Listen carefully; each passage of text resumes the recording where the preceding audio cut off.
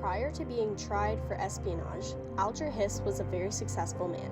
Starting his career as a Johns Hopkins and Harvard Law graduate, he went on to be a part of Roosevelt's administration as a State Department officer.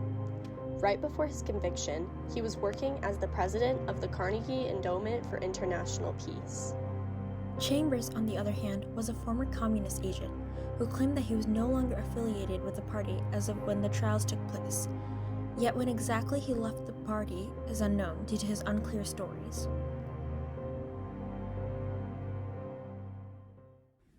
This may be a bit of a shock to you, sir. I thought it'd be right to tell you. Please, if I have a moment of your time.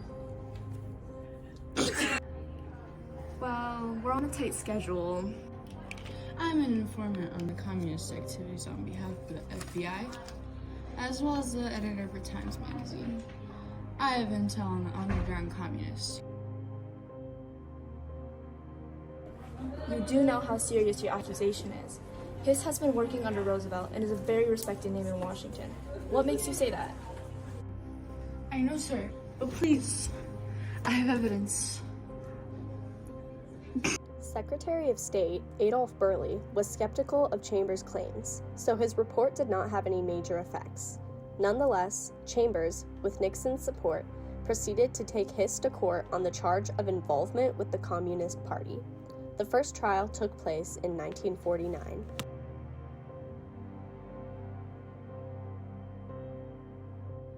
Chambers, do you vow to state the truth and nothing but the truth? Yes, I swear to tell only the truth. Then Chambers, state your claim. Your Honor, to start, me and Hiss are long friends. I know much about him, and am close with his family. He knew me by my undercover name, Carl.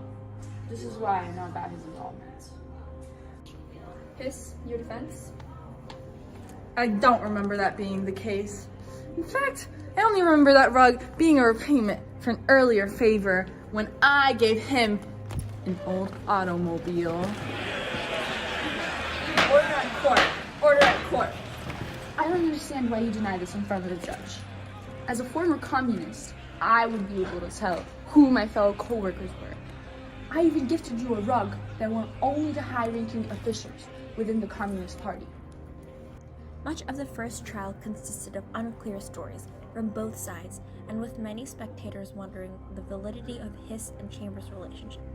Yet one piece of evidence verified Chambers' story and was a deciding factor in Hiss's conviction. This happened when Chambers was individually questioned. You claim to be close associates of Alger Hiss, yet your stories aren't lining up. I'm going to ask some personal questions about Hiss. For example, what are some hobbies of his you can mention? Of course, as a great friend of his, I know that he was an avid bird watcher. Just a bit ago, he saw his first great excitement with a prothonotary warbler with his wife. After Chambers claimed this in the trial, Hiss mentioned the prothonotary warbler when questioned on the matter. This was later known as the most widely publicized single piece of evidence linking Hiss and Chambers. At the end of the trial, 8 out of 12 jurors found Chambers guilty. Despite this, the trial ended as a hung trial, and no real conclusion was made. After the first trial, both Nixon, who was a young congressman at the time, and Chambers were unhappy with the result. Due to this, Chambers charged Hiss again, this time with the charge of espionage. Nixon knew if Hiss was found innocent, HUAC, an organization exploring communist ties, would be heavily criticized for its tactics. This worry of his was soon to be cleared though, as Chambers had brought decisive evidence to the table. I would like to provide clear evidence to prove Alger Hiss's involvement with the Communist Party. These before me are currently 65 pages of retyped secret state document papers, 4 pages in Hiss's handwriting of copied State Department cables, and 5 rolls of undeveloped microfilm. These were all found in my farm in Westminster, Maryland, inside of this pumpkin that was hollowed out. This evidence was seen as immutable witness and was the final decisive factor that solidified his conviction. He was soon after convicted to 5 years in jail. Despite this, even through the very end of the trial, Hiss claims that it was forged, saying, In the future, the full facts of how Whittaker Chambers was able to carry out forgery by typewriter will be disclosed. The case of Alger Hiss was one that had a large impact on the path the U.S. chose to take after the fact. After the case, Hiss served for 5 years in prison, and his conviction shook the United States. Some were shocked at what to them seemed an unfair conviction. For others, the discovery of a Soviet Union spy in such a high position of authority within the U.S. and how long it took to discover him was a shock.